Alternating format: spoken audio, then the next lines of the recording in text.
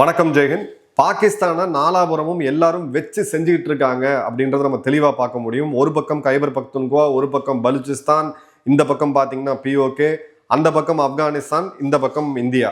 இப்போ இந்த இடத்துல இவங்க ஒரு புதுசாக ஒரு தியரி கொண்டு வந்திருக்காங்க. ட்ரையோக்கியா, இதனால தான் எங்களுக்கு இதெல்லாம் நடக்குதுன்ட்டு. ட்ரையோக்கியா, அந்த எங்களுக்கு 3 எதிரிகள் ஒன்று சேர்ந்துட்டாங்க அப்படின்ட்டு. அந்த 3 எதிரிகள் யாரு? இந்தியா பணம் கொடுக்குது, இஸ்ரேல் தொழில்நுட்பத்தை கொடுக்குது, ஆப்கானிஸ்தான் ஃபைட்டர்ஸ் அனுப்புறாங்க. இது 3ம் சேர்ந்து எங்க நாட்டை உருகுலைக்க செய்யுது அப்படின்னு சொல்லி இப்போ இவங்க கதறக்கூடிய ஒரு சூழ்நிலை இருக்கு. ஸோ இது என்னடா புது தியரியா இருக்குது அப்படின்னு பார்த்தீங்கன்னா, இப்போ லேட்டஸ்டா பார்த்தீங்க அப்படின்னா பலுச்சிஸ்தான்ல ஆப்கான்ஸோடைய ட்ரோன்ஸை ரொம்ப லோவா பறக்க விட்டு இவங்களுக்கு ஒரு படம் காமிச்சாங்க, பயம் காமிச்சாங்க லிட்டரலா பார்த்தீங்கன்னா. இப்போ இந்த இடத்த ட்ரோன்ஸை இவங்க சுட்டு வீழ்த்தினாங்க. அது பெரிய விஷயம் கிடையாது. ஆனால் பலுச்சிஸ்தான்ல இருக்கக்கூடிய குவேட்டா மற்றும் பெஷாவார் இந்த மாதிரியான விமான தளங்கள் இவங்களுக்கு ரொம்ப முக்கியமானது. ஆப்ரேஷன் சிந்தூர்ல இந்தியா குறி வச்சு இவங்களுடைய 12 விமான தளங்களை தாக்கும் போது அவசரமா கராச்சி மற்றும் இஸ்லாமாபாத், லாகூர், ராவல்பிண்டி, சர்கோதா அப்படின்னு சொல்லி இங்க இருக்கக்கூடிய விமானங்கள்ல ரொம்ப முக்கியமான இவங்களுக்கு இருக்கக்கூடிய அசெட்ஸ் என்னன்னு பார்த்தீங்கன்னா F-16. இந்த F-16 கொண்டு போய் சேஃபா அங்க பார்க் பண்ணி வச்சாங்க. இப்ப அந்த இடத்துல விமான தளங்களுக்கு அருகே இந்த ட்ரோன்ஸ் பறக்க விட்டுருக்கிறாங்க ஆப்கானிஸ்தான். இப்போ இந்த தான் இவங்களுக்கு இருக்கக்கூடியது. இப்போ எங்க போய் நீங்க விமானங்களை சேஃபா வைக்க முடியும்னா எங்கேயுமே வைக்க முடியாது. நாளைக்கு ஒரு வேளை ஆப்ரேஷன் சிந்தூர் மீண்டும் தொடரக்கூடிய சூழ்நிலை வரும்போது ஆப்கானிஸ்தான் அங்க ட்ரோன் தாக்குதல் நடத்த ஆரம்பிச்சாங்க அப்படின்னா ஒரு வாரத்துக்குள்ள கிட்டத்தட்ட 70% விமானங்களை இவங்க இழக்க வேண்டிய ஒரு அபாயகரமான சூழ்நிலை நோக்கி போவாங்க. அதனாலதான் இந்த கதறல் அப்படின்றத பாக்குறோம். ஓகே, இதை பத்தி யாரு பேசுறா? ஸோ இவங்க கூட்டணியை சொல்றது யாரு? இந்தியா பணம் கொடுக்குது, இஸ்ரேல் டெக்னாலஜி கொடுக்குது, ஆப்கான் வீரர்களை கொடுக்குறாங்க, எங்களை வச்சு செய்கிறாங்க அப்படின்ட்டு. டாக்டர் அப்துல்லா குல், இவர் அவங்க ஊரோட ஒரு மிக முக்கியமான டிஃபென்ஸ் அனலிஸ்ட். இவர் என்ன சொல்றாருன்னு பார்த்தீங்கன்னா, பிரதமர் மோடி அவர்கள் இந்த போர் தொடங்குறதுக்கு 2 நாள் முன்னாடி, அதாவது பிப்ரவரி 26ஆம் தேதி இஸ்ரேல் பயணம் செஞ்சதை நம்ம பார்த்தோம். அந்த விசிட்டுக்கு பிறகு இஸ்ரேல், இந்தியா, தாலிபான் இந்த 3 பேரும் ஒன்னா வந்துட்டாங்க. ஒன்னா பாகிஸ்தானை காலி பண்றதுக்கான ஒரு அசைன்மெண்ட்டை முன்னெடுத்துட்டாங்க அப்படின்றது. 2வது இவங்களுடைய மீடியா பர்சனாலிட்டி நஜம் சேத்தி, இவங்க என்ன சொல்றாங்க பார்த்தீங்கன்னா, தாலிபான்கள் இஸ்ரேல் மற்றும் இந்தியாவுடைய ப்ராக்சியா மாறிட்டாங்க, இவங்களுடைய கூலி ஆட்களா மாறிட்டாங்க அப்படின்ற கமெண்ட் வச்சிருந்தாங்க. இவங்களுடைய ஒரு மூத்த ராணுவ அதிகாரி, ஒரு ரிட்டையர்டு பிரிகேடியர் கஸ்னஃபீர் அலி ஷா அவர்கள், இவர் இன்னொரு ஸ்டெப் மேலே போயிருக்காரு. பிரதமர் மோடி அவர்கள் பயணம் செஞ்சுட்டு வந்த பிறகு இங்க மொசாட் மற்றும் ராவோட ஏஜென்ட்ஸ் ஆப்கானிஸ்தான் இருக்கக்கூடிய காபூல் இருக்கக்கூடிய இந்திய தூதரகத்துல உட்காந்து ஒரு ஆபீஸ் போட்டு வேலை செய்யறாங்க, பாகிஸ்தானை வீழ்த்துறதுக்கான எல்லா வேலையும் பண்றாங்க அப்படின்றது. அடுத்தது இவங்களுடைய மனநலம் குன்றிய அப்படின்னு இந்தியா விமர்சிச்ச பாதுகாப்புத்துறை அமைச்சர் கவாஜா ஆசிஃப், இவர் என்ன சொல்றாருன்னு பாத்தீங்கன்னா, இந்தியா இப்ப சமீபத்துல முக்கியமான மருந்துகளை நம்ம அனுப்பிச்சிருந்தோம். அத்தியாவசியமான மருந்து 2 கன்சைன்மெண்ட் இங்க ராணுவ விமானங்கள் மூலியமா போச்சு. இந்தியா அனுப்பிச்ச இந்த கண்டெய்னர்ஸ்ல இருந்தது மருந்து கிடையாது, இஸ்ரேல்ல தயாரிக்கப்பட்ட ட்ரோன்கள். இந்த ட்ரோன்கள் தான் பாகிஸ்தானுக்கு எதிராக தாலிபான்கள் பயன்படுத்துறாங்க அப்படின்றத இவங்க சொல்றாங்க. இப்போ உள்ள இருக்கக்கூடிய உண்மை என்ன? கொஞ்சம் இந்த ரெட்டரிக்லாம் தாண்டி வெளியில போய் பார்த்தோம் அப்படின்னா, பாகிஸ்தானுடைய ஸ்டேட் மீடியா radio.gov.pk இவங்க தொடர்ந்து இந்த ப்ராபகண்டாவை கொண்டு வராங்க. இந்தியா, இஸ்ரேல், ஆப்கான் 3 ஒன்னா சேர்ந்துட்டாங்க, இந்தியா, இஸ்ரேல், ஆப்கான் 3 ஒன்னா சேர்ந்துட்டாங்க அப்படின்ட்டு. அதன் பிறகு இவங்க ரிட்டோரிக் என்னன்னா, நாங்க தனியாவே இஸ்ரேலை நொறுக்கிறதுக்கான வல்லமை எங்ககிட்ட இருக்கு, நாங்க போனா போதுன்னு இஸ்ரேலை விட்டு வச்சிருக்கோம். ஸோ இது கிளியர் கட்டா தெரியுது டிஃபென்ஸ் அவங்களுடைய டொமஸ்டிக் ஆடியன்ஸ். ஏன்னா இவங்களுக்கு தெம்பு இருந்ததுன்னா இதை இங்கிலீஷ்ல ஊடகத்துல சொல்லணும், இது உருதுல ரேடியோல சொல்றது இஸ்ரேலுக்கு எங்கேயாவது காதல விடாம பாத்துக்குங்கப்பா அப்படின்னு சொல்லி ஒரு ப்ராபகண்டாவை பண்ணிட்டு இருக்காங்க. அதே மாதிரி பாத்தீங்க அப்படின்னா, சவுத் ஏஷியா டைம்ஸோட வெபினார், இது ஒரு பாகிஸ்தானுடைய அவுட்லெட், இதுவும் ஒரு அவங்களுடைய ப்ராபகண்டா சேனல். இங்க ஒரு பேனல் டிஸ்கஷனை நான் பார்த்தேன். பார்க்கும்போது அவங்க என்ன சொல்றாங்க அப்படின்னு பார்த்தீங்கன்னா, இந்த இடத்துல இந்தியாவும் இஸ்ரேலும் சேர்ந்து பாகிஸ்தானியர்களை குறிப்பா அவங்களுடைய மிலிட்ரி, ரிட்டையர்ட் ஆர்மி இவங்களை இருக்கக்கூடிய தூண்டி விட்டு எக்ஸ் தளத்துல பதிவுகள் போட வைக்கிறாங்க. போட வச்சு அந்த லொகேஷன் டேட்டாவை எடுத்து அதன் பிறகு உள்ளுக்குள்ள இருக்கக்கூடிய பாகிஸ்தான் இருக்கக்கூடிய உளவாளிகளை வச்சு இந்தியா மற்றும் ஆப்கானிஸ்தான் இந்த மர்ம நபர்கள்னு அவங்க சொல்றது எல்லாருமே ஆப்கானியர்கள் தான். இப்போ அவங்க என்ன சொல்றாங்கன்றது நல்லா புரிஞ்சுக்கங்க. சோஷியல் மீடியாவில் ஃபோட்டோஸை போட வச்சு தூண்ட வச்சு அதன் மூலியமா லொக்கேஷன் எடுத்துக்கிறாங்க.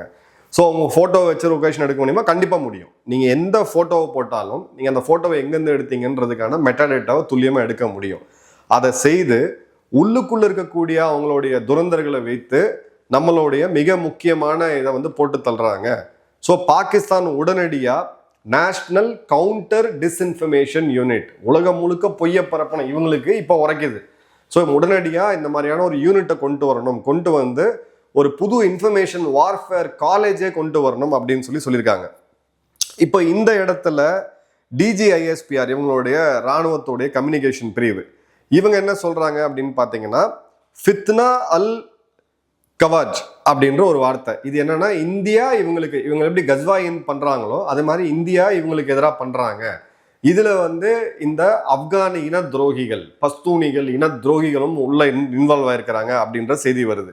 பட் ஒரு இன்டர்நேஷனல் கிரைசிஸ் குரூப் ACLED அப்படின்ற அமைப்பு, அப்புறம் அமெரிக்காவுடைய இன்ஸ்டியூட் ஆஃப் பீஸ், இவங்க வந்து முக்கியமான 3 காரணங்களை சொல்றாங்க. 2021 பிறகு TTP ஒரு மிகப்பெரிய ரிசர்ஜன்ஸை வந்து சந்திக்குது. அங்க இருக்கக்கூடிய தாலிபன்கள் ஆட்சிக்கு வந்த பிறகு தாலிபன்களை ஆட்சியில் உட்கார வச்சதுல மிக முக்கியமான பங்கு யாருது அப்படின்னு பார்த்தீங்கன்னா, பாகிஸ்தானோட இராணுவத்தை இந்த சொந்த காசுல சூனி வச்சுக்கிறது நம்ம சொல்லுவோம். 2வது ஸ்ட்ராட்டஜிக் டெப்த். இந்தியா இந்த பக்கம் தாக்க வந்தா நம்ம நாடு வந்து இந்த ஒரு நாய் உட்கார்ந்த வடிவத்தில் இருக்கும் பாகிஸ்தானோட மேப் பார்த்தீங்கன்னா. ஸோ அந்த பக்கம் தப்பிச்சு போய் ஆப்கானிஸ்தானை பேஸா வச்சு ஃபைட் பண்ணி மீண்டும் நம்ம வரணும்னு சொல்லக்கூடியதான் ஸ்ட்ராட்டஜிக் டெப்த். அதுக்காக இவங்க கொடுத்த விலை தாலிபன்கள் கூட ரொம்ப நெருக்கமா இருந்தது 2வது காரணம். 3வது பார்த்தீங்க அப்படின்னா, பலுச்சிஸ்தான்ல அந்த மக்களை 3ஆம் தர குடிமக்களா ட்ரீட் பண்றது, பஸ்தூன் மக்களை வந்து ரொம்ப ஒரு கேவலமான ஒரு சுச்சுவேஷன்ல அவங்களை கொண்டு போய் வைக்கிறது, பிளஸ் இவங்களுடைய இராணுவத்தோடைய லஞ்ச லாவண்யம், பிளஸ் இந்த பாகிஸ்தான் பஞ்சாபி எலைட்ஸ் செல்லரிக்கிற மாதிரி கரையான் மாதிரி கரைச்சி நாட்டை திங்கிறது அப்படின்ற பல முக்கியமான காரணங்களை வந்து அவங்க வைக்கிறாங்க. ஸோ இந்தியா இஸ்ரேல் தாலிபான் அப்படின்றது ஒரு ஆப்ரேஷனல் அலையன்ஸாக வேணா இருக்கலாம், இது ஃபியூச்சர்ல பாகிஸ்தானுக்கு ரிஸ்கா போகலாம், ஆனால் இந்த டைம்ல இது கிடையாது அப்படின்னு சொல்றாங்க.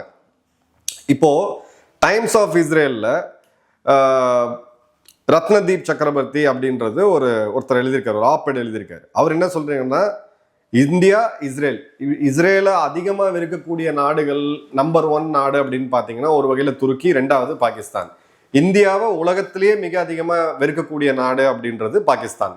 அதே மாதிரி பஸ்தூனிகளை மிகப்பெரிய லெவலில் வெறுக்கக்கூடிய நாடு பாகிஸ்தான். ஸோ 3 வெறுப்பை ஒன்று சேர்த்து இந்தியா, இஸ்ரேல், ஆப்கானிஸ்தான் இது 3 தான் நமக்கு எதிரின்னு சொல்லி அந்த மக்களை ஏற்கனவே இருக்கக்கூடிய முட்டாள்களை இன்னும் அடிமுட்டாள்களா மாத்துறதுக்கான ஒரு நரேட்டிவா எடுத்துட்டு போகலாம். ஓகே, இது ஏன் ஹிப்போக்ரஸியோடைய உச்சம் அப்படின்னா, 1990களில் இந்தியாவும் ரஷ்யாவும் சேர்ந்து ஆன்டி தாலிபனா இருந்த நார்தர்ன் அலையன்ஸை சப்போர்ட் பண்றாங்க. அன்னைக்கு இருந்த அகமது ஷா மசூத் அவர்களை பாகிஸ்தான் தாலிபன்களுக்கு ஆயுதங்கள் கொடுத்து பயிற்சி கொடுத்து இந்த அலையன்ஸ் இப்போ யார் எதிராக நிற்கிறா? இந்தியா தாலிபன்களுக்கு எதிராக 1990களில் நிற்குது, இந்தியாவும் ரஷ்யாவும் சேர்ந்து. 96ல் காபூலை கைப்பற்றுறாங்க, தாலிபான் கையில் அரசாங்கம் வருது. அதன் பிறகு 1999 டிசம்பர்ல கந்தகாரில் இந்திய விமானம் கடத்தப்பட்டு கொண்டு போய் வச்சதை நம்ம பார்த்தோம்.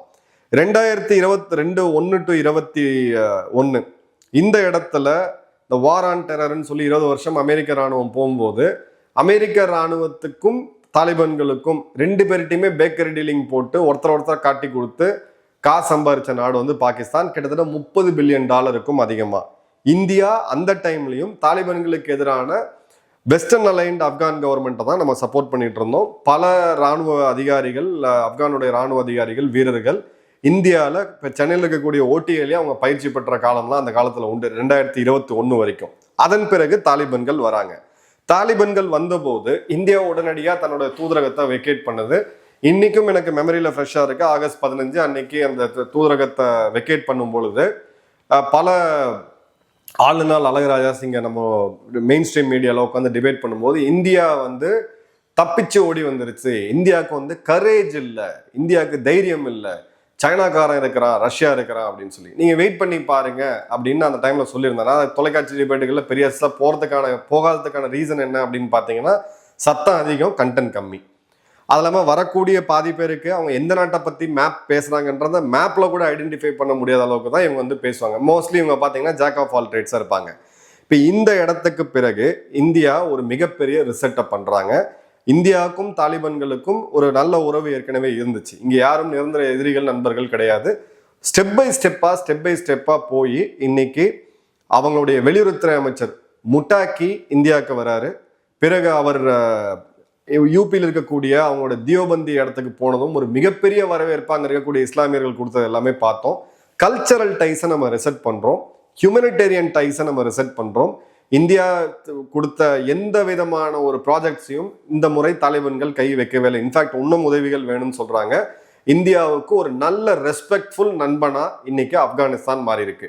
இந்தியாவுடைய ஒரு முக்கியமான வெளியுறவுத்துறை அதிகாரிகிட்ட நான் பேசும்பொழுது அவர் என்ன சொன்னாருன்னா, அவர் தூதரக அதிகாரியா அங்கே இருக்கும்போது ஆப்கானிஸ்தான்ல அங்கே தாலிபான்கள்ட்ட இருந்து ஒரு ரெக்வஸ்ட் வருது, எங்க பசங்களுக்கு வந்து கிரிக்கெட் விளையாடுறாங்க, ஒரு கிரிக்கெட் டீம் நல்லா உருவாகிட்டு இருக்கு, கொஞ்சம் உங்க நாட்டை சொல்லி அவங்களுக்கு ஹெல்ப் பண்ணுங்கன்ட்டு. என்ன ஹெல்ப் பண்ணுன்னு கேட்டிங்கன்னா, நல்ல பேட்டு, நல்ல பால், அந்த கிட்டு, கிரிக்கெட் பேட்ஸ் எல்லாம் இருக்கும் பார்த்தீங்களா, அதை கொடுங்கன்ட்டு. உடனடியாக நம்ம இது பண்ணி கொடுத்து அதன் பிறகு ஆப்கானிஸ்தானோட டீமை டெல்லியில் பயிற்சி கொடுத்து இன்னைக்கு உலகத்தை பல முறை பங்களாதேஷ், பாகிஸ்தான் போன்ற நாடுகளை வீழ்த்தக்கூடிய அளவுக்கு ஒரு வலிமையான கிரிக்கெட் டீம் உருவாக்கி கொடுத்தது யாருன்னா இந்தியா தான். ஸோ இதுதான் இந்தியாவுடைய சாமர்த்தியம் அப்படின்றத பார்க்குறோம்.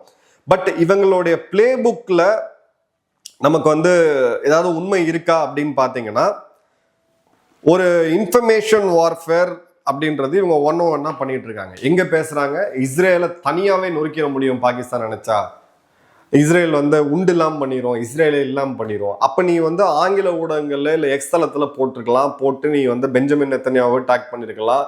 இங்க ஒண்ணுமே பண்ணல. இப்ப இவங்களுடைய மொத்த ஃபோக்கஸும் எங்க இருக்குன்னா, பிப்ரவரி அந்த போர் ஆரம்பிக்கிறதுக்கு முன்னாடி பிரதமர் மோடி அவர்கள் இஸ்ரேல் போயிட்டு வந்த பிறகு இந்தியா, இஸ்ரேல், ஆப்கானிஸ்தான் ஒரு கூட்டணி அமைச்சிருக்கு.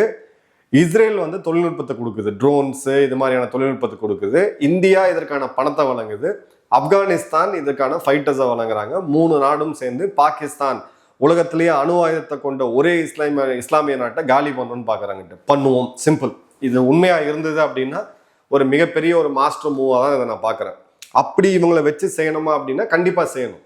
காலிஸ்தான்கள் கூட கூட்டணி, பங்களாதேஷ் கூட கூட்டணி, இங்க வந்து சுத்தி எல்லாருக்கிட்டையுமே சைனா கூட கூட்டணி.